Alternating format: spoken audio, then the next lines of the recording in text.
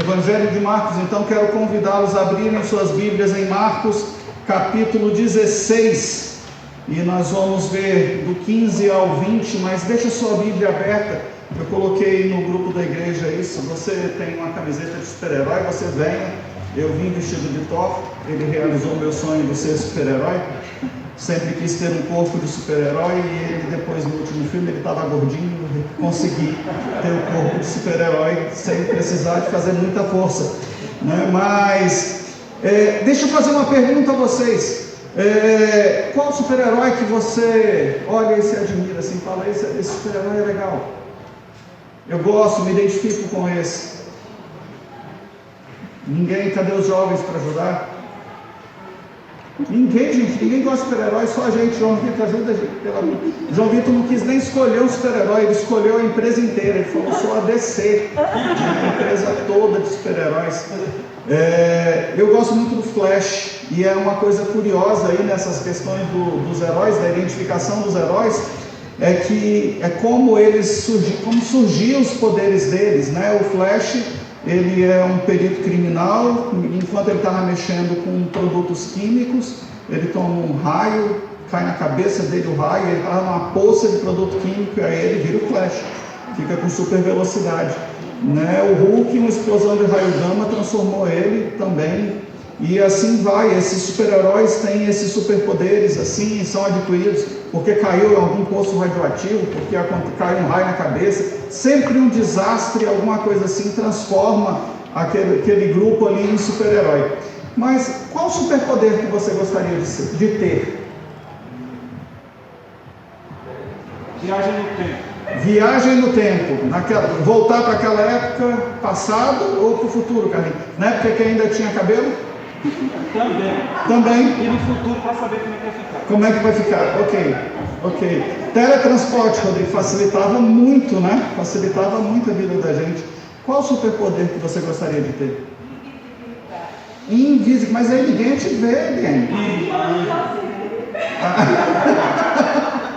Ótimo. Qual superpoder que você gostaria de ter? A Erika, hoje a gente estava conversando, ela falou, um que eu não queria ter é poder de ler a mente. Saber o que o outro está pensando. Gente, realmente, a gente é muito mais feliz sem saber o que o outro está pensando, né? Porque às vezes a gente não domina muito os nossos pensamentos e talvez a gente pudesse estar machucando muita gente ao nosso redor, né?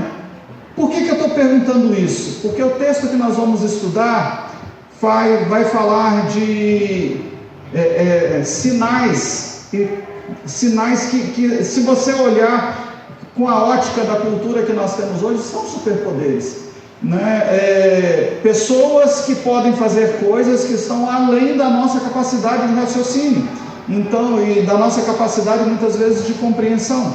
E é isso que está então escrito em Marcos capítulo 16, versículos de 15 a 20. Marcos 16, de 15 a 20. O texto da palavra de Deus diz assim: e lhes dirão, vão pelo mundo todo e preguem o Evangelho a todas as pessoas. Até aqui está tudo bem. O versículo 16 diz, quem crer e for batizado será salvo, mas quem não crer será condenado. E o fato já de termos a garantia da salvação já é um superpoder fantástico, porque isso, apesar de estar franqueado a todos, nem todos desejam a salvação, mas o que o texto aqui deixado por Cristo diz é: quem crer e for batizado vai ser salvo. E mais do que isso, então Jesus está dizendo ali àqueles 11 que estavam ali com ele, e ele está falando, e esses sinais acompanharão aos que creem. E ele lista então cinco pontos aí, que é o que eu estou pontuando aqui como um superpoder. Em meu nome expulsarão demônios, falarão novas línguas, pegarão em serpentes, e se beberem algum veneno mortal, não lhes fará mal algum. Imporão as mãos sobre os doentes, e estes ficarão curados. Olha, um poder sobre o mundo espiritual, um poder tremendo sobre o mundo espiritual, onde o mundo espiritual não vai poder ter força e domínio sobre as circunstâncias, sobre as situações que muitas vezes nós vemos, Em quantas vezes, irmãos, nós estamos envolvidos em algumas coisas que a gente fala, isso que estamos passando é espiritual. E aí Jesus fala para os seus discípulos ali, fala, olha, vocês vão ter esse discernimento espiritual, vocês vão ter capacidade para expulsar demônios, e se uma circunstância, uma determinada situação, você entende como espiritual, a expulsão de demônios vai trazer a libertação daquele contexto, né? Falarão em novas línguas, pegarão em serpentes, vão beber, se beber algum veneno mortal, não vão fazer mal, vão trazer cura. E os versículos 19 e 20 terminam falando, depois de lhes ter falado, o Senhor Jesus foi levado aos céus, assentou-se à direita de Deus. Então os discípulos saíram e pregaram por toda a parte, e o Senhor cooperava com eles, confirmando-lhes a palavra com sinais que lhes acompanhavam. Talvez os versículos 17 e 18 desse trecho final de Marcos sejam os versículos mais difíceis da Bíblia, né, de serem trabalhados, de serem explicados, exatamente porque a gente olha para eles e fala, olha, tem uma garantia aí dada por Deus, de superpoderes, então nós precisamos buscar. E isso tem acontecido não só agora, mas isso já vem de algum tempo atrás, essa discussão em torno disso aí. Para alguns essa passagem está licenciando para que você possa brincar e desafiar Deus em algumas circunstâncias. O texto fala que se você vai poder pegar em serpentes e nada, e não vai fazer mal sobre você, você vai poder tomar veneno e não vai poder fazer mal, né? Em 2018, o pastor Mark Woolford, eu acho que é assim que fala o nome dele, ele é lá nos Estados Unidos, da Virgínia, ele promovia cultos de adoração com serpentes com base nesse texto. Então, eu não estou falando de cobra sem veneno, estou falando de cobra com veneno, serpentes venenosas, e eles brincavam, né, enquanto cantava e adorava, distribuía-se cobras venenosas, e as pessoas pegavam, ficavam na mão, botavam no pescoço e tudo mais. E no final de 2018, enquanto ele promovia um culto desse de adoração num parque da cidade, ele senta, todo mundo com piquenique e tal, e depois que acabou o louvor, ele sentou do lado, na mesa, na toalhinha dele lá, que eles estenderam do lado da caixinha de cobras dele, e uma cobra picou a coxa dele, e esse pastor veio a óbito, então, aí em maio de 2018. Eu olho essas coisas, isso foi noticiado pelo R7, foi noticiado pelo Domingo Espetacular, mas eu olho essas coisas, eu fico questionando, será que realmente é isso que a palavra de Deus está dizendo? E talvez você pense assim, logo quando lê o texto, você pensa, Paulo, quando depois do naufrágio, sentou do lado da fogueira, veio uma serpente e mordeu a mão dele, e ele sobreviveu, não é isso? Mas o texto não está dizendo que Paulo pegou a serpente. O que o texto aqui de Marcos está dizendo é que você vai poder pegar a serpente e não vai fazer mal. Lá Paulo não queria pegar essa serpente. Então, uma coisa não está diretamente ligada à outra. Então, a gente não vê um registro direto disso que está sendo colocado aqui na prática, na vida dos discípulos. Tá? Outros vão usar esses versos como um mandamento para que tudo seja feito conforme a nossa vontade e não a vontade de Deus. Então todo mundo tem que falar em línguas, todo mundo vai querer a cura divina, né? Mas até agora eu não vi nenhum culto falando que você pode tomar veneno, né? Aliás, eu acho que isso seria tentar a Deus, né? Colocar Deus à prova. E lá atrás, quando eu era adolescente, passando por esse texto, eu ouvi isso aqui, isso me chamou a atenção na época, e quando eu estava estudando eu me lembrei disso, e na época eu ouvia das pessoas falando, não, esse tomar veneno é assim, se você tomar veneno sem saber que é veneno, Deus vai te proteger. Mas não é isso que o texto está dizendo, não é isso que o texto está colocando. Até onde eu posso observar, a gente está interpretando muitas vezes esses textos de forma errônea, né? Aliás, com relação a uma cura que diz aqui, eu fico triste em fazer essa constatação, porque no momento em que o mundo inteiro mais precisa de igrejas que trabalhavam as curas milagrosas, elas estão fechadas por causa da Covid. Então, aonde estão realmente essas curas? Se é para fazer o texto ser cumprido, então teria que ser cumprido de forma integral. E se isso não está acontecendo, não é porque Deus está falhando ou porque o Espírito Santo está falhando. A falha pode estar, e certamente estar, na nossa interpretação com relação ao que esses textos estão dizendo. A gente então precisa começar a entender qual é o propósito dos sinais, desses supostos superpoderes que são colocados aqui em Marcos. Tá? Qual o propósito disso? Olha, o primeiro deles aí, a primeira coisa que precisa ficar clara, é que toda vez que aconteceu sinais e realmente Jesus andou e fez muitos sinais por onde passou, curou, ressuscitou, multiplicou pães, mas os sinais sempre estavam apoiados em uma premissa, era para confirmar a palavra que estava sendo anunciada. Os milagres nunca foram usados para atrair uma multidão e promover um pregador, né? Venham ao culto da igreja tal, porque fulano de tal, o pastor fulano que veio de não sei de onde, está curando todo mundo, né? Cura dor de cabeça, cura dor na coluna, e a lista é enorme. Irmão, se a gente está num grupo aqui, nós somos pequenos, estamos aqui hoje cerca de 70 pessoas, 60, 70, mas se eu falar, Deus me revelou que alguém aqui foi liberto, recebeu uma libertação porque foi curado de uma dor de cabeça essa semana, ou foi curado de uma dor nas costas essa semana, eu tenho certeza que aqui vai ter gente que vai falar, realmente, pastor, eu estava com dor de cabeça e Deus me curou. Todo mundo tem dor de cabeça, todo mundo tem dor nas costas, basta ser um pouquinho mais velho, elas chegam, né? Não estou querendo dizer com isso que Deus não cura, Deus cura, mas a gente tem que ter muito cuidado com essas colocações, porque a gente pode estar muitas vezes prometendo algo que Deus não quis dizer, falando aquilo que Deus não estava dizendo. No Novo Testamento, os sinais revelam a ação de Deus junto ao povo, mostrando que Deus estava presente e mostrando sempre a vontade de Deus. Hebreus capítulo 2, versículo 4 vai dizer assim: Deus também deu testemunho dela, da salvação, por meio de sinais, maravilhas e diversos milagres e dons do Espírito Santo, distribuídos de acordo com sua vontade. Então o autor de Hebreus está se juntando a Marcos e está falando agora: olha, aqueles que são salvos realmente têm poder de, por intermédio da ação divina, promover a cura na vida de outros. Não é a pessoa que é a fonte do poder, a fonte de poder está em Deus, nós somos apenas o canal de cura, é através da intercessão que Deus vai agir e vai transformar a vida do outro. Jesus fez muitos milagres, irmãos, mas não foram todos os enfermos da época dele que foram curados.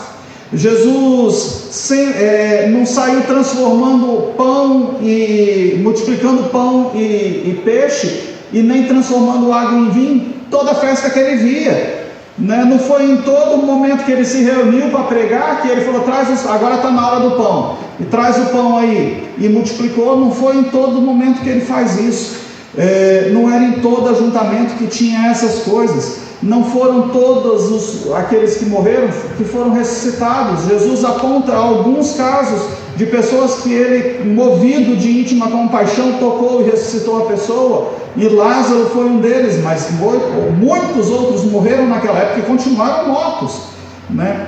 A verdade, irmãos, é que todas as coisas que estão registradas na Escritura são para que creiamos no poder de Deus Pai, para saber que Ele age através do Espírito Santo, nos dando consciência que é através do nosso relacionamento com Ele, do nosso conhecimento da palavra, que nós vamos receber esses superpoderes que não são nossos. O nosso poder está em confiar e se relacionar em Deus e saber que Ele pode todas as coisas. Meu propósito nessa noite é despertá-los a buscar o poder do Espírito Santo atuando na sua vida. Nós lemos textos como esse de Marcos e falamos, eu quero que isso aconteça na minha vida. Especificamente aquele texto de Marcos aconteceu com os 11, e só com os 11. Você não vê que todos os discípulos fizeram isso, mas o texto é muito específico, dizendo que isso acontecia com aqueles 11. Mas a manifestação do poder de Deus está colocada para todos nós, se é colocada para todos nós, você tem a permissão de Deus para buscar a transformação daqueles que estão ao seu redor, e a manifestação do poder de Deus, usando você como canal de bênção, vai chegar à vida daqueles que precisam. Somente pelo poder do Espírito Santo, irmãos, é que nós alcançaremos uma vida cristã que é verdadeiramente vitoriosa, plena e frutífera. O meu propósito, então, é levar você a entender que quando você se aproxima de Deus, quando você gera intimidade com Deus, busca intimidade com Deus, você é levado a compartilhar a sua fé, e quando você compartilha a sua fé, os sinais de Deus se manifestam, porque você está levando a palavra de salvação. Esse processo de nos tornarmos testemunhas da ação de Deus, do poder de Deus, da transformação, da salvação, começa assim.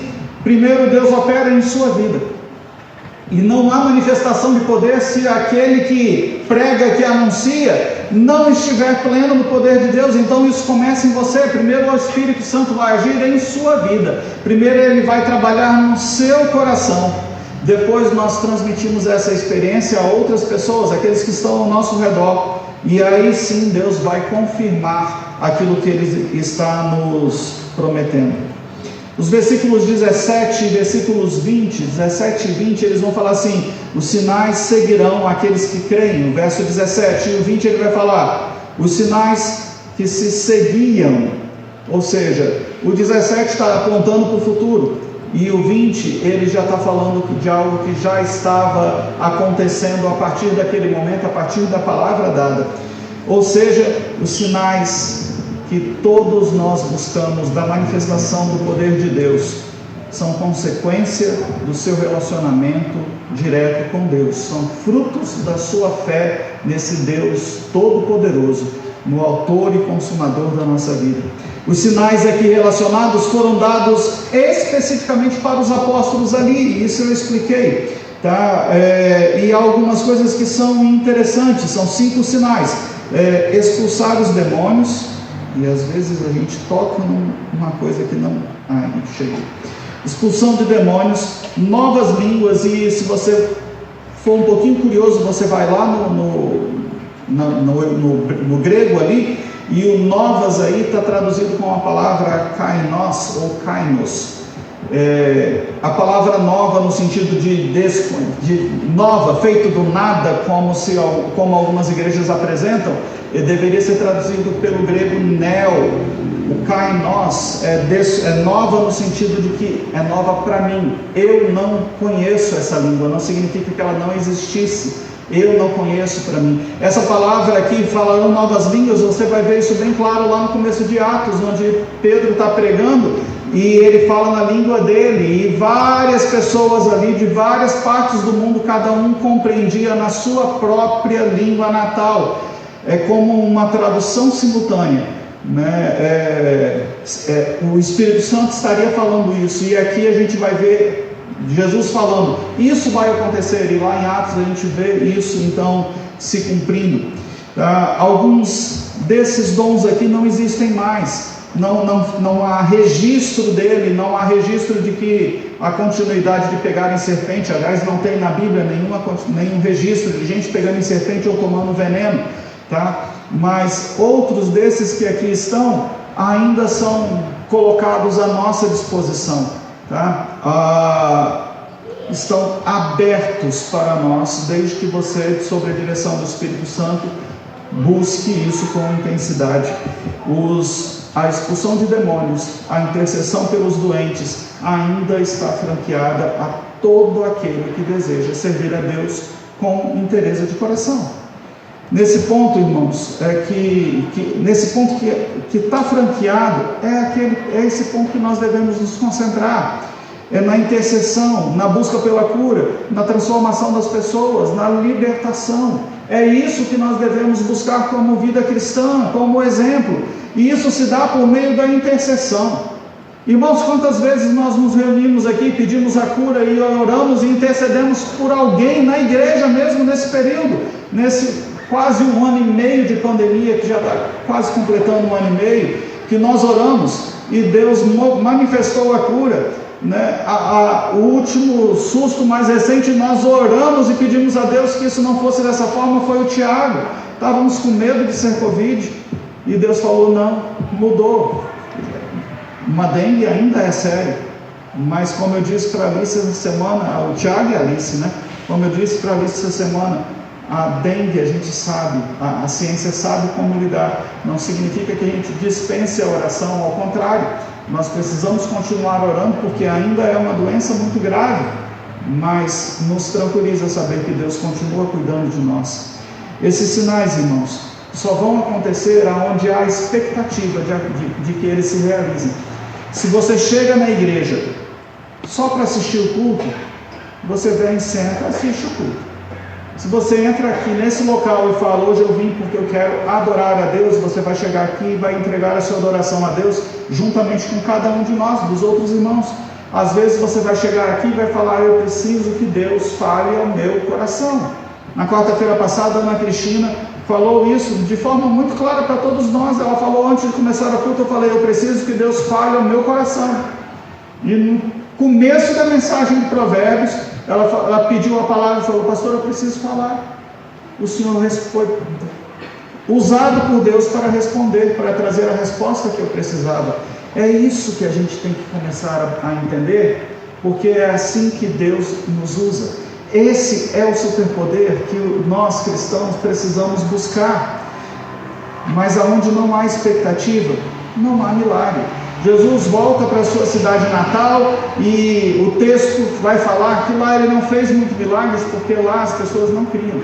Olhavam e falavam, não, eu conheço Jesus, não, eu sei quem ele é, mas verdadeiramente não conheciam. Tinha uma referência de quem era seu pai, quem era sua mãe, quem eram seus irmãos, mas eles não conheciam, porque se conhecessem, os milagres iriam acontecer ali como aconteceram em outros lugares. Quem vem à presença de Deus em busca de uma resposta, vai receber, mas quem vem à igreja só por vir, vai entrar e vai sair do mesmo jeito que entrou, só por vir. Deus sempre vai falar, irmãos, sempre vai falar.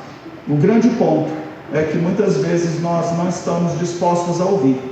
Em algum ponto a gente até ouve, mas não está tão disposto a obedecer, porque às vezes o que ele fala, a ordem que ele dá é para que você abandone o pecado, e às vezes nós gostamos dos nossos pecados, nós criamos eles com tanto carinho, já são de estimação, que a gente fala assim, não, deixa mais um pouquinho, como o faraó, né?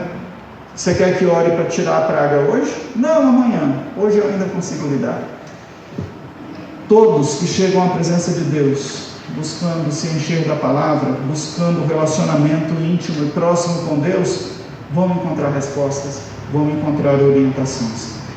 O grande ponto é que a gente está vivendo num mundo em que os valores estão invertidos. As pessoas vêm à presença de Deus buscando apenas o sinal. E quando eu estava estudando, um dos autores, um dos livros que eu li, o autor usou essa imagem, eu achei fantástica. Pensa assim, você está indo para a praia, você ainda lembra como é que é isso? Você está indo para a praia, aí você está indo de carro, e aí quando está faltando, igual está na placa ali, 4 quilômetros para a praia, você chega lá e você vê a placa, Camburi, 4 quilômetros. Aí o pessoal que está com você fica tão eufórico, tão empolgado que fala, para, vamos tirar uma foto na placa. E aí desce todo mundo para tirar uma selfie na placa. E aí coloca a cadeirinha de praia, coloca o guarda-sol, né, traz as bebidas, faz o lanche e já estou, olha, eu estou tão feliz de estar nessa placa. E esquece que o destino não é a placa. Tem tanta gente, irmãos, que estão indo atrás de sinais o tempo todo. Os sinais são as placas. Não é para você ficar na beira da estrada sentado olhando a placa. Deus fala, continua, porque seu destino final é lá adiante. A placa é um indicativo. Para de ficar na estrada. Para de ficar achando que isso é tudo que Deus quer. Assim, irmãos, é a vida espiritual. A gente se empolga, a gente fica satisfeito com as placas, com os indicativos, e a gente não continua a viagem. Há crentes que buscam as bênçãos, os milagres, a emoção, o choro, mas não busca relacionamento com Deus, não conhece o que a palavra diz. E se não vai acontecer um relacionamento íntimo, como é que você vai entender quem é que está falando ao seu coração? Como é que você vai reconhecer a voz do Senhor? Há quem busque, que fique preso só nos sinais, e esquecem que o sinal aponta para a salvação, para a libertação, para perdão, para a vida eterna. Mas não, eu estou na placa, daqui a pouco, lá na frente tem o meu destino. Mas se você não se movimentar, você vai morrer à beira da estrada. Não é raro, irmãos, ver pregações em que a Bíblia não é lida, ou às vezes é lida um texto e está totalmente sendo colocado fora do seu contexto, e aquilo dali é só para dar palavras de ordem, para poder emocionar as pessoas. Há uma técnica na área de psicologia que chama PNL, Programação Neurolinguística, que infelizmente está vindo muito para dentro dos púlpitos, e é quase como uma hipnose coletiva. A pessoa se emociona, chora, faz uma catarse, põe os sentimentos para fora, mas isso é ação humana, não é ação do Espírito Santo, porque a pessoa sai, ela vai continuar vivendo o mesmo pecado, não gerou transformação, não vai mudar. E o mais espantoso é que as pessoas, mesmo sabendo disso, ficam satisfeitas em viver embaixo das placas, dos sinais. Deus está falando: não olhe, as placas te indicam o caminho, não é para você viver agarrado a elas. Nos dias de Elias, o fogo caiu do céu, e quando o fogo desceu do céu, o povo gritou: só o Senhor é Deus. E poucos capítulos adiante, você vê o povo continuando a viver longe dos caminhos do Senhor, simplesmente porque eles amaram todos aqueles sinais e pararam no meio do caminho. Os sinais eram para que o povo pudesse voltar a ter um relacionamento íntimo com Deus, mas eles acharam que a placa era bastante, o sinal era bastante. Em 1 Samuel capítulo 4, a partir do versículo 12, você vai encontrar a história da morte de Eli, e o contexto da morte de Eli é que o povo olhava para a Arca da Aliança e achava que aquela arca que simbolizava a presença de Deus, o poder estava na arca. Então eles pegaram os filhos de Eli, pegaram a arca e levaram para a guerra junto com os filisteus, quando Deus tinha falado para não fazer. E eles levam, e lá eles são mortos, e Israel é derrotado, e eles perdem a arca. Um soldado fugindo da batalha volta e encontra o sacerdote Eli, que à época o texto diz que ele já era cego e estava obeso. Ele fala: Israel perdeu a batalha, muitos morreram, seus filhos morreram. E por fim ele diz: a arca foi tomada pelos filisteus. Quando ele escuta isso, ele dá um passo para trás, tropeça porque estava muito pesado e cego, bate com a cabeça no chão e morre. O povo tinha Deus nos lábios, mas estava longe de ter Deus no coração. Eles iam ao templo, ofereciam sacrifícios, mas no dia a dia eles não viviam. É como se eu fui na igreja domingo, já cumpri a minha parte, então na segunda-feira até o outro domingo eu posso viver como eu quero. E relacionamento com Deus não é isso, irmãos. Não é eu vejo um dia por semana e choro e aprendo. Se você não colocar isso em prática, isso não vai transformar a sua vida.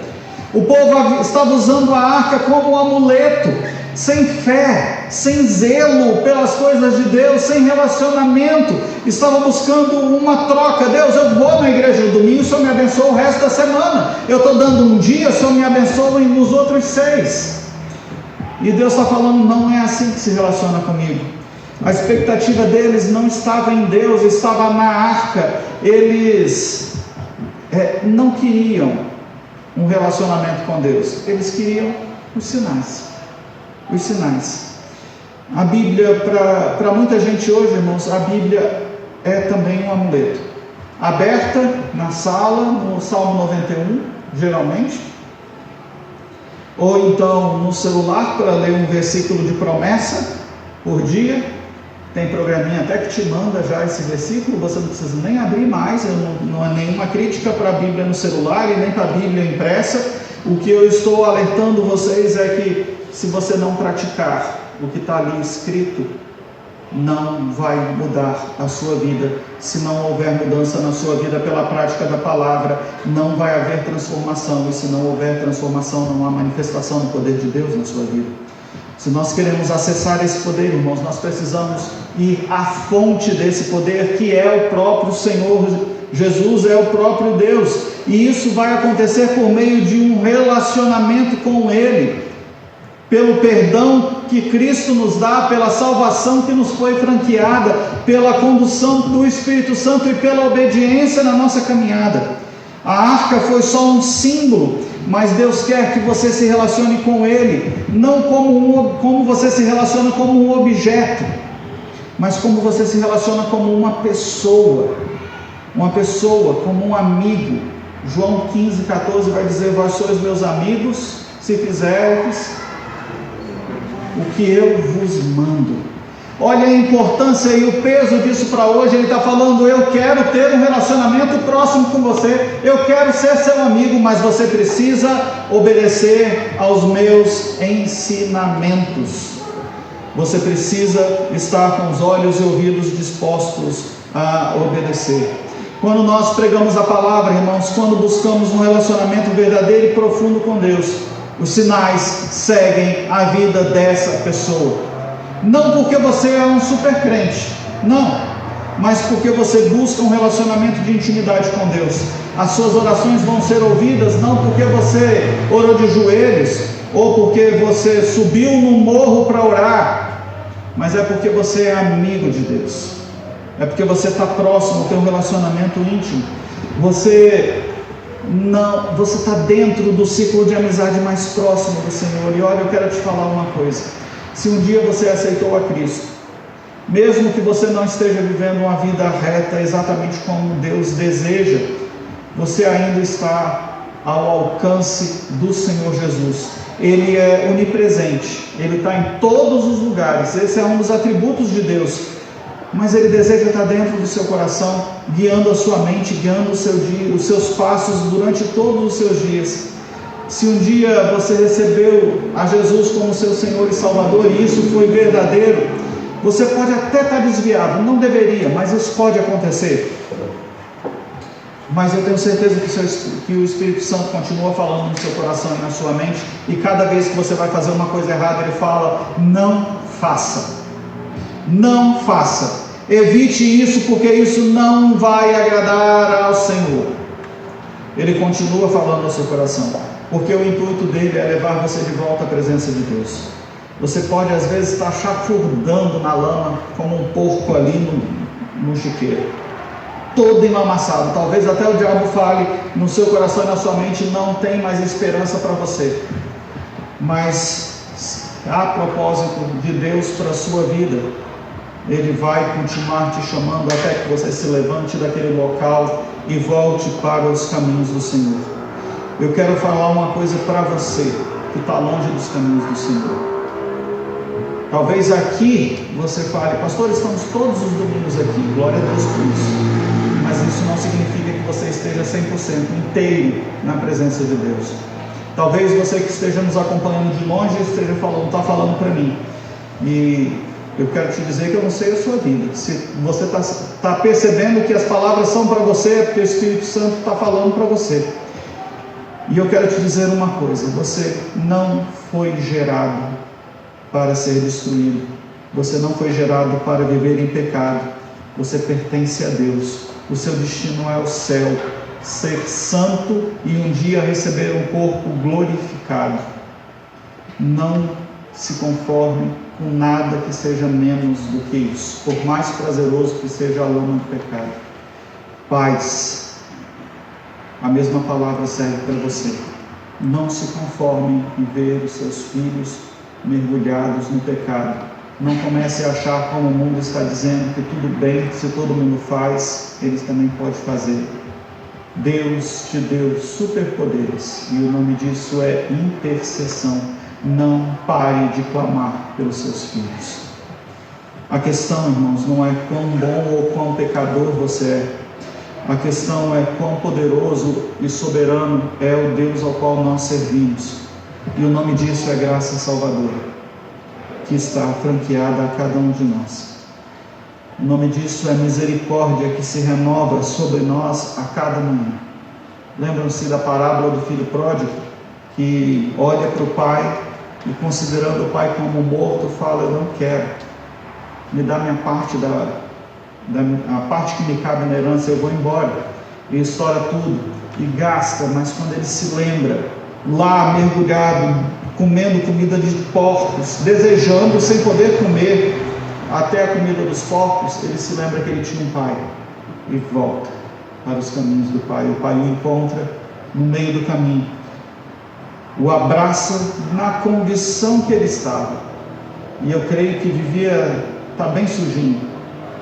Você andava a pé, muitos dias a pé, mas quando o pai vê, corre para o lado dele, ao seu encontro, o abraça, chora e dá uma ordem para que ele seja banhado, que ele receba um banho, roupas limpas, sandálias novas. E a sandália significa que ele não estava mais preso à escravidão. Os escravos eram proibidos de andar de sandálias, eles tinham que andar descalços. Mesmo na época do Brasil Império isso acontecia.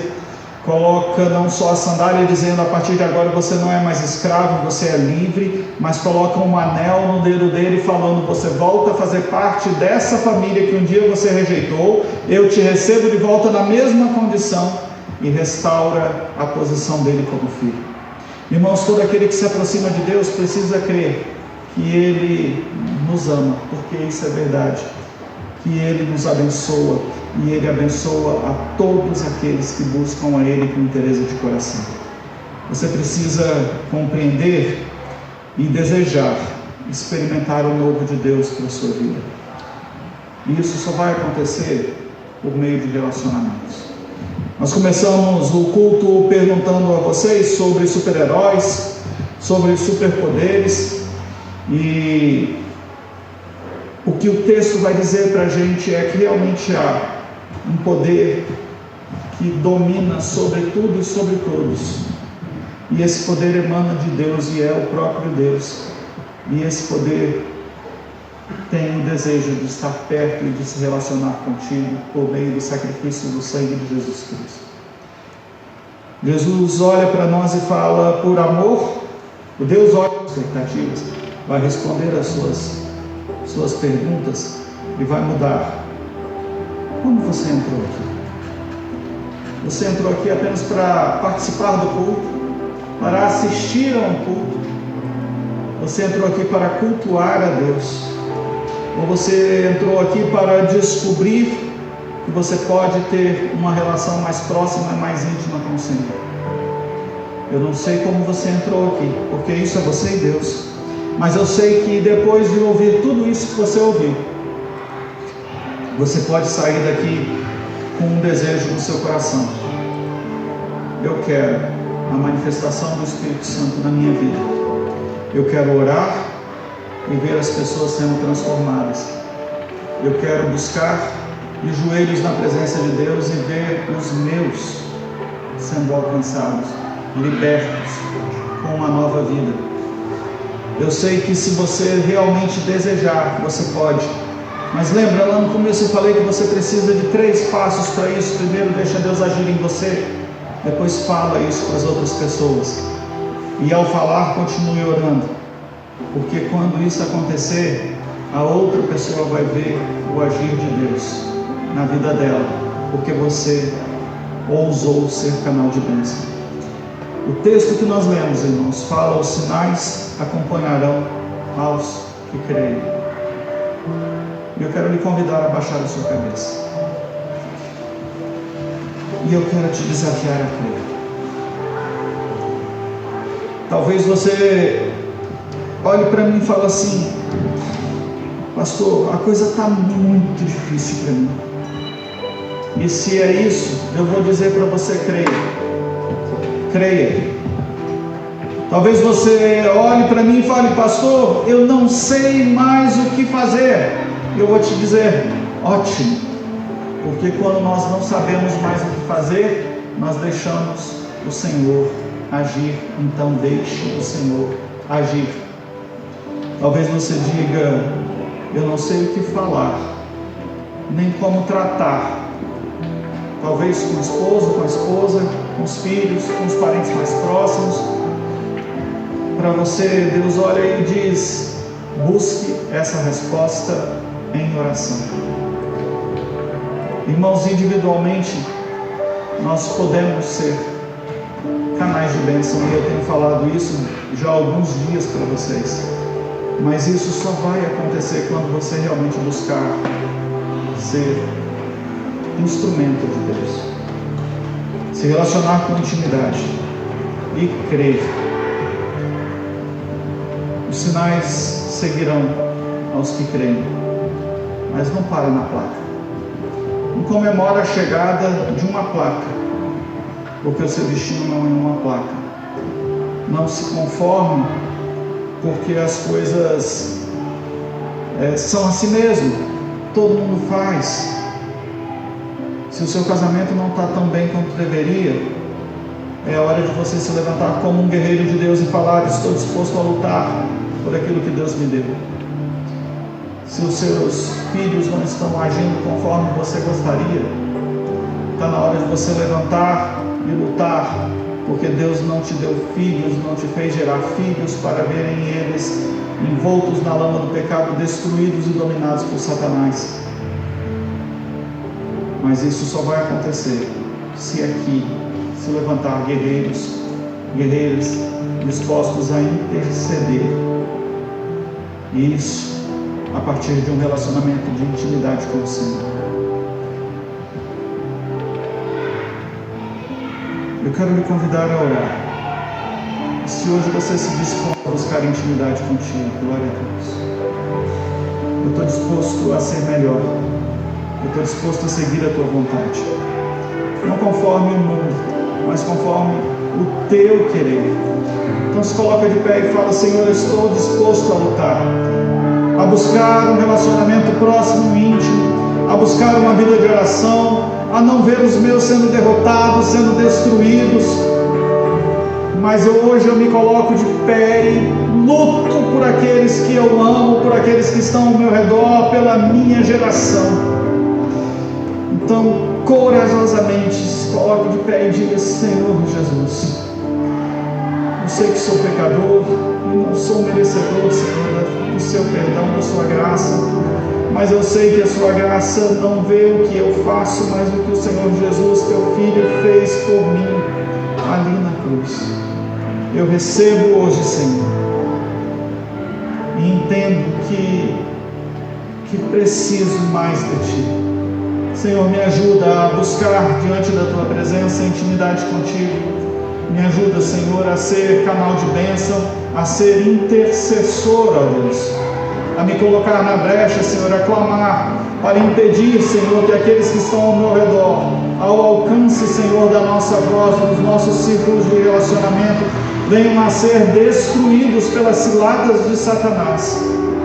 Mas, Senhor, levanta aqui nessa noite servos e servas, guerreiros, que vão se colocar para interceder, para que vidas sejam transformadas. E a partir daqui, Senhor, manifesta o Teu poder para que os sinais sigam àqueles que creem. E nós nos colocamos de pé dizendo: nós cremos no Teu poder, na Tua ação transformadora, e desejamos isso para nossas vidas. Em nome de Jesus, Senhor, nos usa conforme a Tua vontade, para que nenhum daqueles que o Senhor nos deu se percam, se desviem ou se afastem dos Teus caminhos, que eles sejam resgatados aonde quer que estejam, que eles sejam trazidos de volta, que Teu Espírito Santo continue falando aos seus corações e que eles possam ouvir a Tua palavra transformadora e voltem, Senhor, e voltem e assumam um compromisso e desejem estar diante da Tua presença. Em nome de Jesus. Amém.